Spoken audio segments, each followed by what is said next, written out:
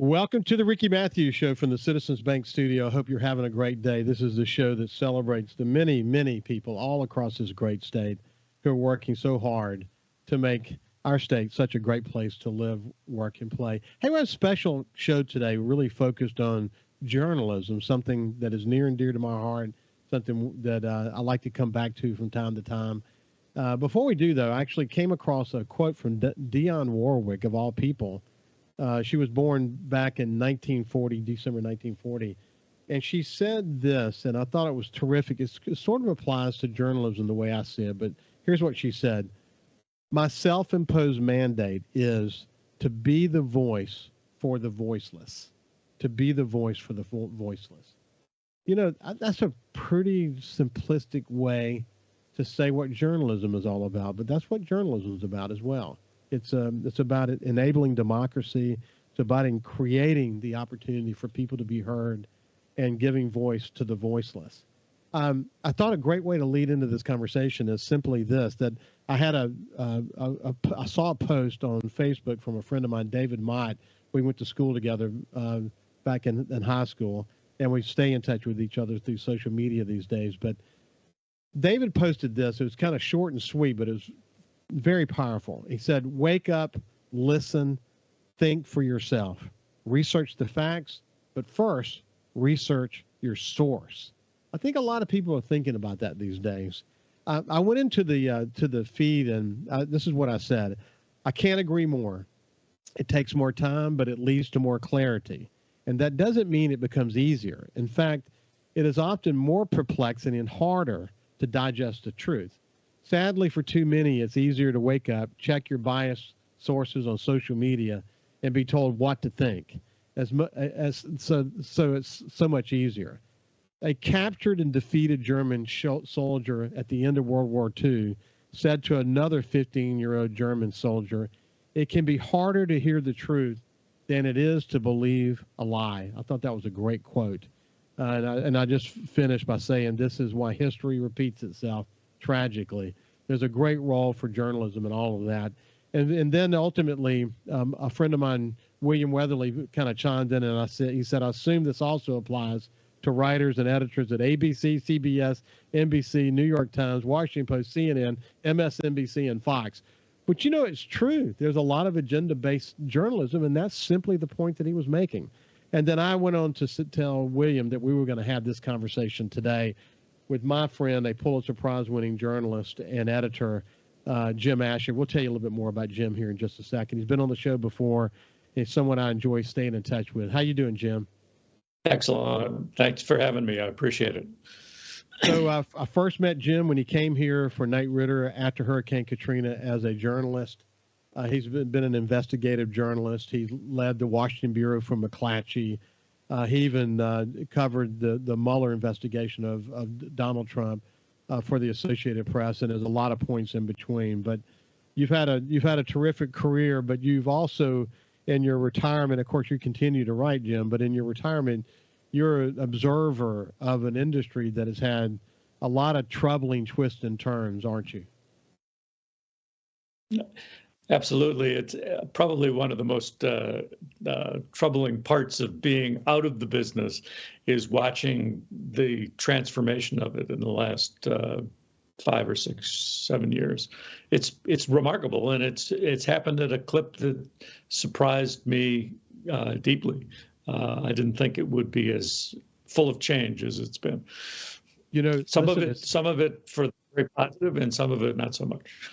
Well, listen, here's the interesting thing. I was up at 4:30 this morning thinking about this conversation today, and I needed to get up to speed on the most recent that's been written about the job cuts and media, particularly news media. And as you probably know, there have been 17,436 job cuts this year.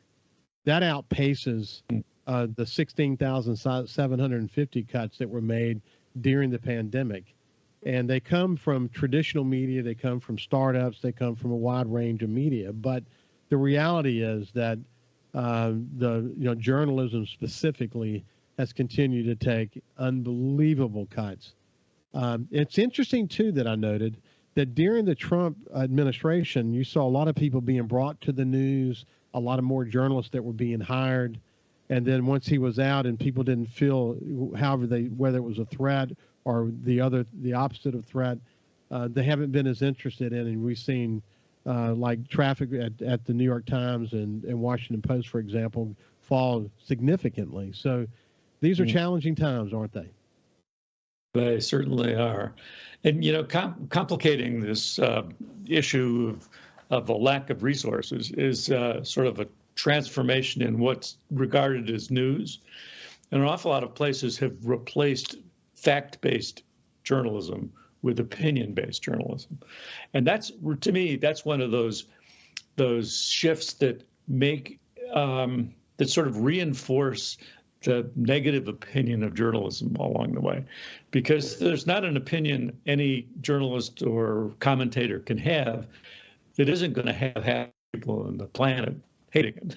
So instead of arguing about the facts of the zoning board, for instance, we're now arguing about the facts of the opinions about our political life, which has a whole variety of nuanced points of view.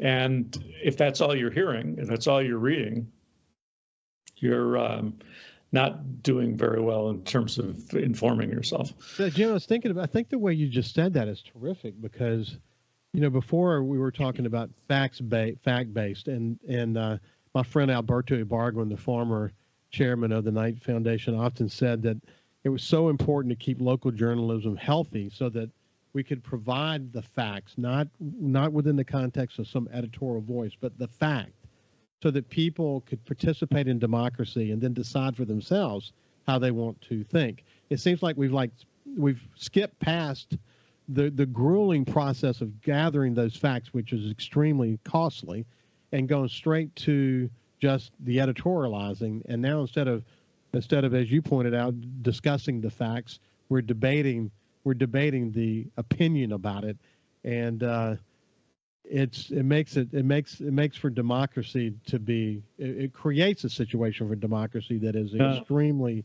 difficult. And what's peculiar about that approach is that, in my experience, there hasn't been a story that I worked on or edited that I started thinking that I knew all of the facts of the story. I didn't. And I was constantly surprised by what I learned. So if you eliminate the quest and for the facts as you don't know them, and come to opinions about the facts you think you know, then you really are sort of warping the whole conversation and the debate. It's really an odd time we're in. and it's led to, people should hear this, that print newspapers that very local in their approach, local newspapers with incredible print circulation into the local markets, could afford to fund numerous journalists in the local communities, and oftentimes had Washington bureaus attached to those as well. And in some cases, I think about the San Jose Mercury News and the Philadelphia Inquirer and the Miami newspaper. They even had foreign correspondents all over the world. And as the circulation and advertising revenue went to heck in a handbasket, all of those resources started to go away. So, the first big major thing is what I call the digital tsunami. It took traditional media, and it faced with the circulation declines and the revenue declines, had to go in a different direction. And so almost immediately, once that started, we started losing the ability to capture local news and information. And that has had a spiraling impact on democracy, not only nationally, but locally. It has. I did a study of my hometown newspaper. I grew up in Utica, New York, and actually the first journalism job I had was at my hometown paper. And when I worked there, which was now in the dark ages of journalism time, but when I worked there were two newspapers in town, a morning newspaper and an afternoon newspaper. It was owned by the Gannett Company, which at that point was a a middling-sized conglomerate. It expanded to become one of the largest in the country, but at that point it was a relatively small organization. The paper won a Pulitzer in 1959 for taking on the mafia in Utica, New York. Utica had developed the name of Sin City because of its connection to the mob, and the paper actually took it on, won the Public Service Award from Pulitzer. So what do we? There were probably. Hey Jim, let's pick up right there at the end of the segment. When we come back on the other side, you can pick it up right there. But this is Pulitzer-Prize winning editor and writer Jim Asher, a good friend, used to lead the Washington bureau for McClatchy, and has a tremendous experience with worldwide reporting. We'll continue the conversation on the other side. Okay. Welcome back to the Ricky Matthews Show from the Citizens Bank studio. I have Pulitzer-Prize winning editor and friend, great journalist, had responsibilities for worldwide journalism efforts for major companies. It's my friend Jim Asher. When we went to break, you were talking about Utica, New York, and the effort that it made to actually win a Pulitzer Prize. Pick it up from there. Right. This was back in the late 1950s when organized crime was pretty commonplace in a lot of northern eastern cities. Anyway, there were probably 70 journalists at the time I worked there, which was not in the 50s, but in the 70s. Today, there are 2 news reporters, 1 sports reporter, and no editors. And the size of the community is pretty much the same. It's about 300,000 people. Wow. And so what they've done is to replace the work of all of these journalists is essentially cover sports, high school sports for the most part, and rewrite press releases. Now, two or 3 weeks ago, a former mayor of the city was indicted federally for fraud. The journalist, the single journalist at that newspaper who covered it, rewrote the federal press release, didn't quote from the indictment, didn't go to the arraignment for the former mayor. I mean, it's the kind of basic journalism that would be commonplace in any news organization that cared about what it was doing was absent from this. So I actually went out and got the indictment, posted on Facebook. All of my Utica friends circulated it, and they were pretty happy. They found out what this guy had actually done. Since then, they have not yet talked to a single resident of the city about their former mayor being indicted. They haven't talked to any politician about that. They haven't tried to interview him. They haven't talked to his lawyer. They haven't done anything. So the quality of the journalism in that town is essentially absent, and that's happening all across the country. This isn't unique to Utica. The company that owns the paper is now Gatehouse Media, which is a hedge fund, and they have a different agenda, which is essentially to make a lot of profit. And they're going to make it as the spiral continues, unfortunately. So This next one, I actually wrote a note about this one, and I'll just read the note to you because there's a lot wrapped up in this one, but it will come true to you and to our listeners. But here's what I said: the proliferation of fake news and misinformation has become a significant challenge.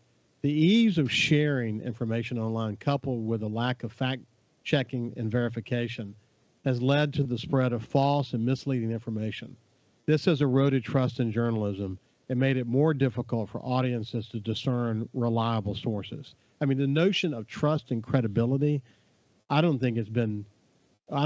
we've seen a more troubling moment than now as it relates to that. What's your thoughts about that? Well, the thing about journalism and basing it on facts, as we formally did an occasion now, is that there was no ambiguity to the truth.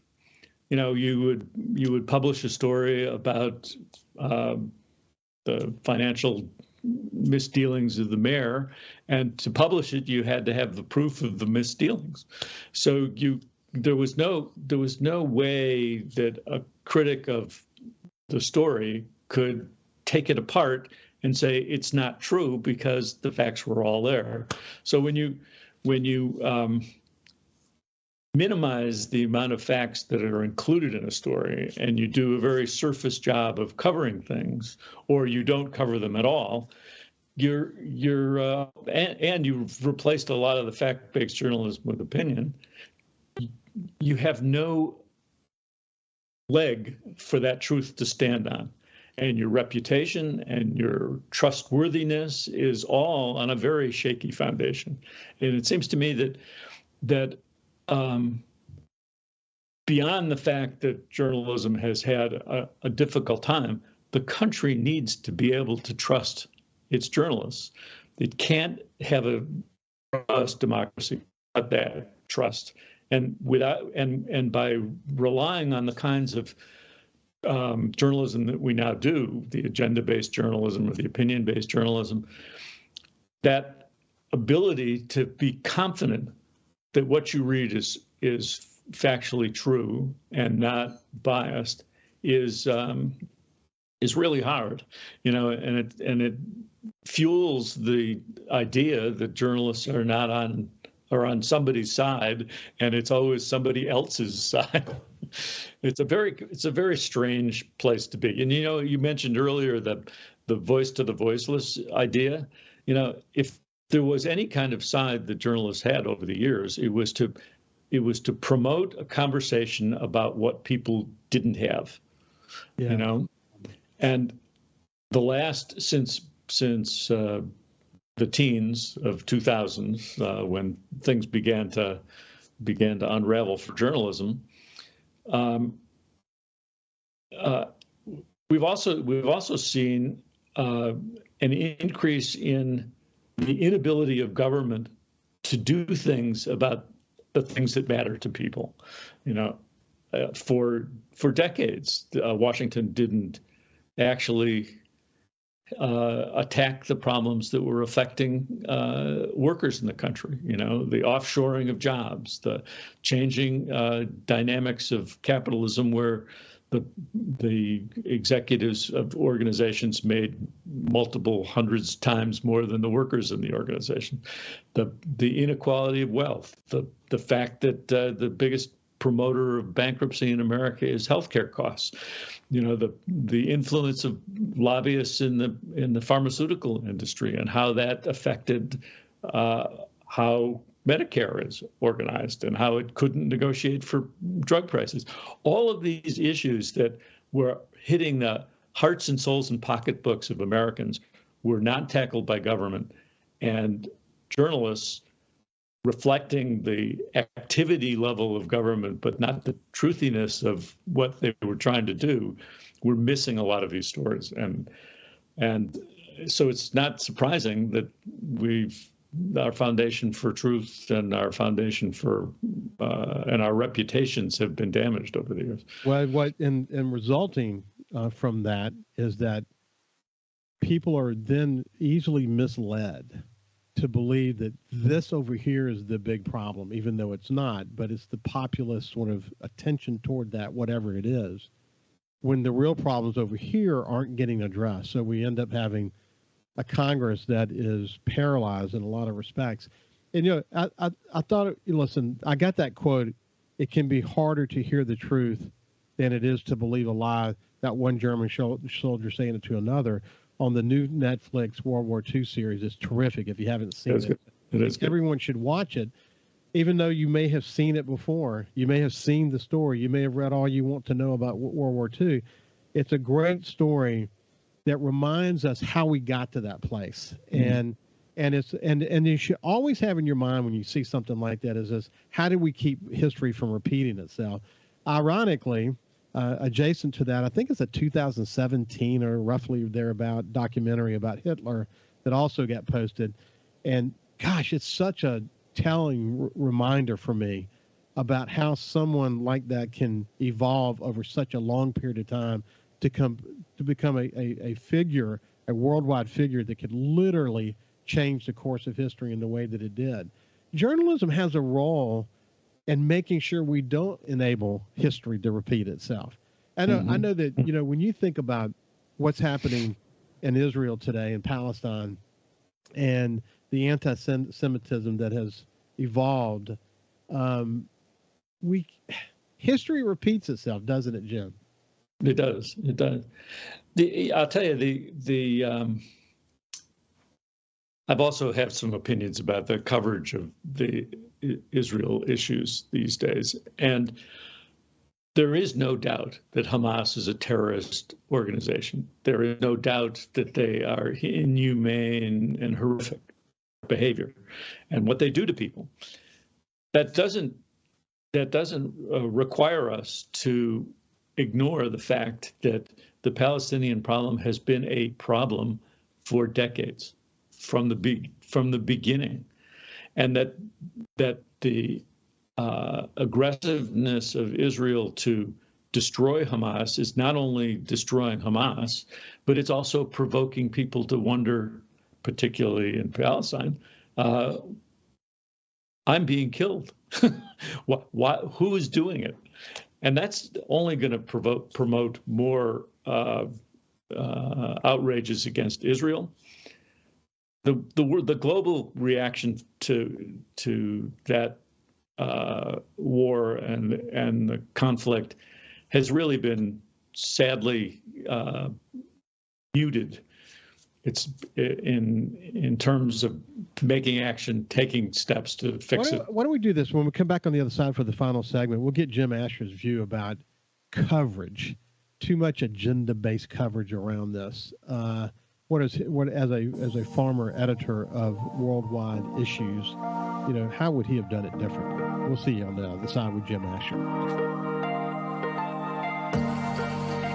Welcome back to the Ricky Matthews Show. I have my friend Jim Asher. We're covering a wide range of issues, from the digital tsunami impacting journalistic reporters across the United States. This year, the largest number of cuts, 17,436 in the media industry, even more than during the pandemic. So the problem is getting worse, not getting better.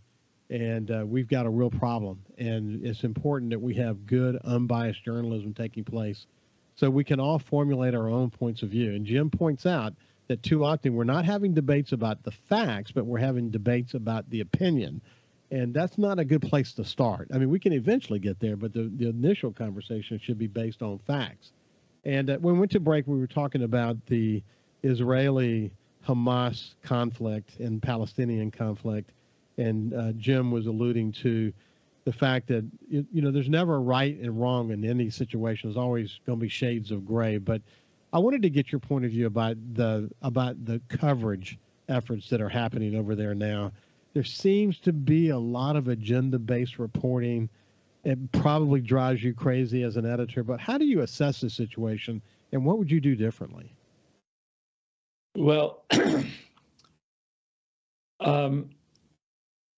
it is agenda-based, and it's often propaganda-based. It's not so much that the journalist himself or herself is actually coming in with their own particular agenda. It's they're confronted with a tsunami of propaganda that comes from every side of this. The Hamas is describing the number of men and women and children killed. There is no way to evaluate whether that 18,000 number, which is what they're saying these days, is an accurate one or not. On the other hand, Israel says you can't believe it, so call it 1,000 people killed. It's not one or the other. It's the reporters need to be talking to the Red Cross. They need to be talking to doctors. They need to be talking to people within the communities who are actually treating folks. It doesn't take a rocket scientist, I think, to see the kind of destruction and to wonder if the number of killed is way more than Israel is alluding to. So the first step is to recognize that you're dealing not with the facts on the ground, but you're dealing with the propaganda of those who want to set an agenda for supporting the things they're doing. And that happened. That's happening in this particular conflict. It happened in Iraq when we went to war in Iraq, and the Bush administration was saying it was all because of weapons of mass destruction, which of course we learned later didn't exist. And Knight Ridder at the time was the only news organization who was reporting that it didn't exist. So, and Jim, you were part of that team, weren't you? Well, I was there when the reporting was going on. I wasn't directing it, but my good friends all had the same. They all had the same agenda, which is the Bush administration telling us the truth? How can we prove that it is or isn't? The New York Times at the time was agreeing to take the point of view of the administration because the reporters were given access and they were given quote unquote scoops, which them that was enhancing their career. They had to apologize years later about that kind of coverage. But so the first thing is to recognize that everybody's got an agenda. Some of it is honest difference of opinion. Some of it is propaganda and venal. But the journalist has to be skeptical about everything he or she hears. And that's where you start doing your reporting. And the other thing you do is you go to places that aren't the press conferences, and you go to places that aren't the agenda setters' sphere of influence. You go to people outside of that. You talk to, doctors on the ground. You talk to folks who disagree with the point of view of the powerful. You talk to the common man. It doesn't take an awful lot of effort to find out that, as I made reference to before, that bankruptcies are as high as they are because of healthcare costs. All you got to do is go look at the bankruptcy records. You don't need to go to a press conference and have somebody tell you something. You got to check it out. The old adage in journalism is if your mother tells you she loves you, check it out. That's true for everything. So Jim, when I read and you saw this on Facebook from William Weatherly, said, I assume that also applies to writers of editors at ABC, CBS, New York Times, Washington Post. He pulled them all in, conservative, sort of middle of the road, and liberal press. When you read that, you kind of chuckle, I think, a bit, but the reality is he's kind of right. And I'm curious about your own consumption habits. I know ProPublica, we'll come back to that in just a second, is a good example of one that might be working hard to get it right. We'll explain to people what that nonprofit organization is all about. But when you watch news and read, what are you watching and what are you reading? Well, to be honest with you, I read much more than I watch. And the reason that I read more than I watch is that I can go to original sources of things.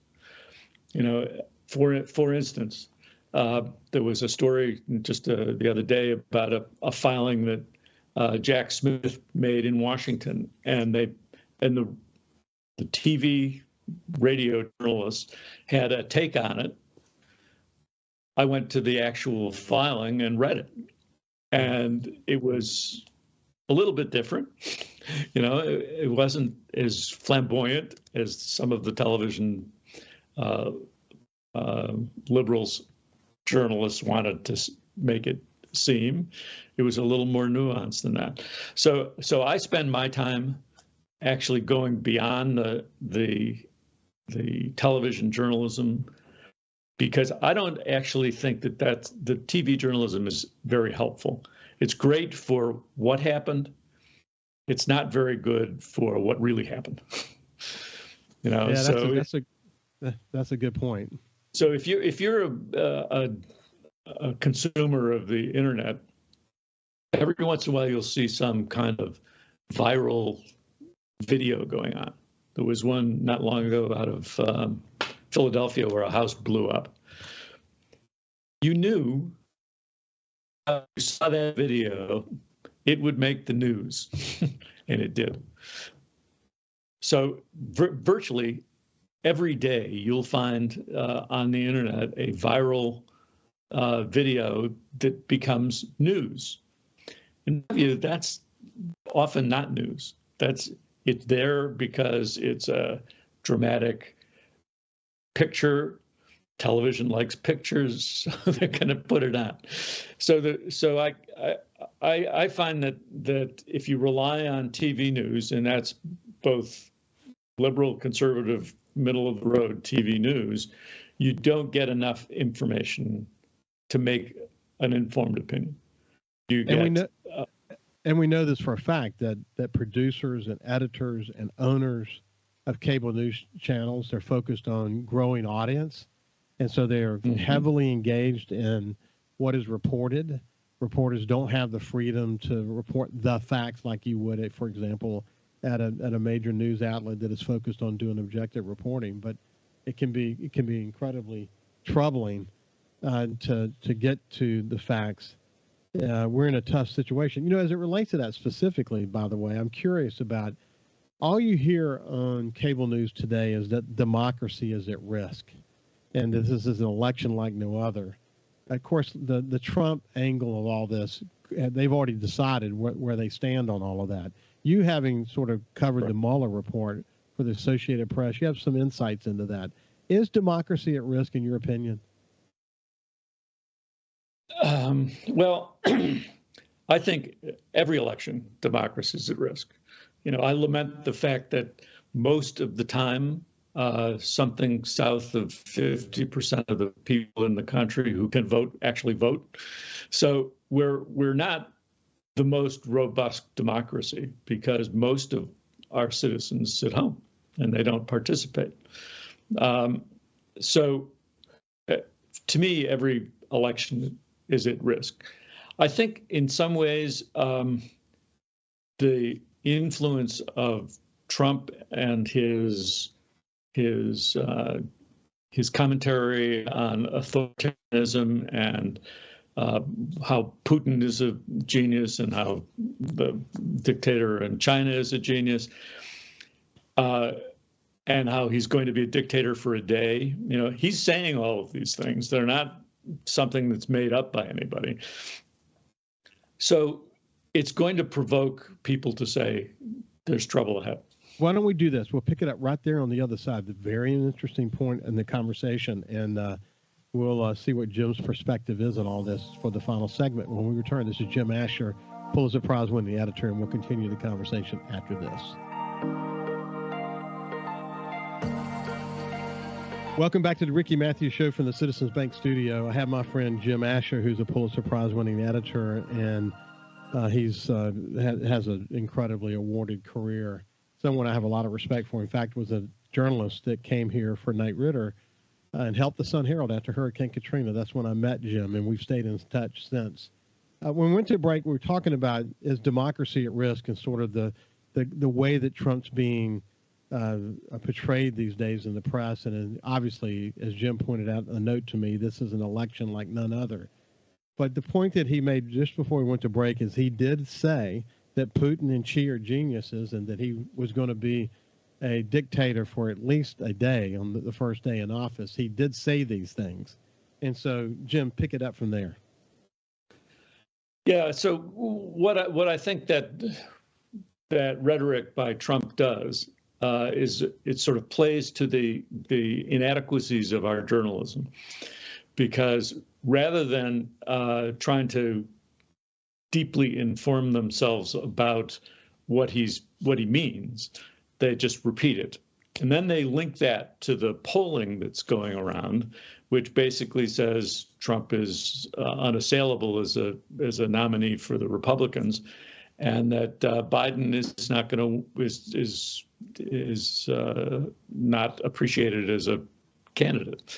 So both of those things to me are problematic. One, polling is notoriously inaccurate. It was inaccurate in 2016. It was inaccurate in 2020. It's inaccurate this far out from any election. It's just completely inaccurate.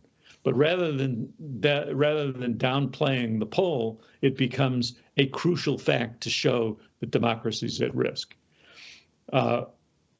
What's not described particularly well is that inaccuracy of polling, but also the fact that Trump has a number of serious criminal and civil trials that he's facing that could alter his ability to actually run for office.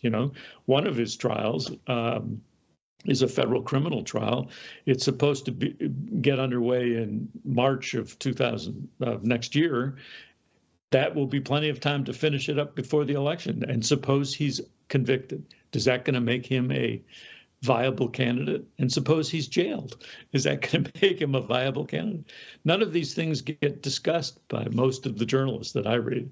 Hey, real quick, Jim, when you look at those criminal charges, some of them are borderline. Some of them are real, though. What's your assessment of them? Just a kind of your elevator speech on that.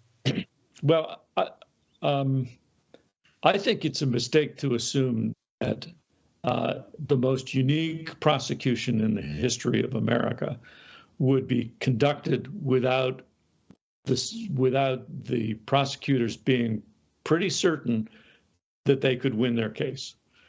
If it's one thing to bring a bogus case against a bank robber because black and poor, and he's not going to be able to fight against it. It's another thing to bring it against the president. So Jim, does it bother you that Trump has successfully, at least with his base, convinced them that this is all a witch hunt? It is, but it's not surprising. It's not surprising because it goes back to the issue of trust. Who do you trust? Do you trust the guy who is on the side of people who say our government doesn't work and our press is against us? It's hard to understand it from my perspective, but it's also not surprising to me. Yeah. The other thing I'd say about is our democracy at risk is that also overlooked is the influence of women in voting. There have been some referendums in Michigan and other places about the issue of abortion that has had dramatic improvement in voting. Many more people are voting than had voted before. So I think the country is ready to vote when the issues are crystal clear. And they'll take a position on those crystal clear issues.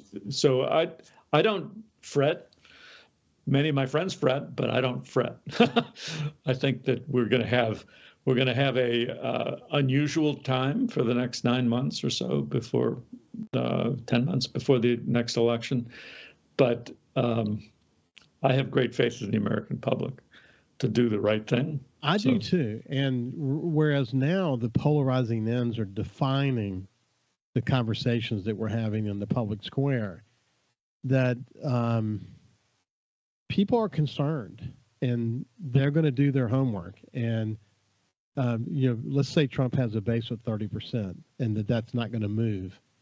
The reality there still is that there is a lot to move. And we shall see where all this ultimately lies. It's going to be, again, you're right. It's like no other election we've ever seen in our history. Right. I agree with you. But mathematics is also a truthy thing. Yeah. If he has 30% of the Republican Party, the Republican Party is 30% of the electorate. That's 11% of the electorate. Yeah. So it's not 9% of the electorate. So it's not a given that the majority of support he's getting among Republicans is going to translate. I agree. Boy, there's a lot to talk about, but journalism is at the core. I enjoy having conversations about it. I spent a career in it. So did Jim. We'll have him back soon, and we'll continue this incredibly important conversation. Jim, thank you for spending some time with me today. I've enjoyed it. Thanks a lot for having me. Have a great day, and we will see you tomorrow.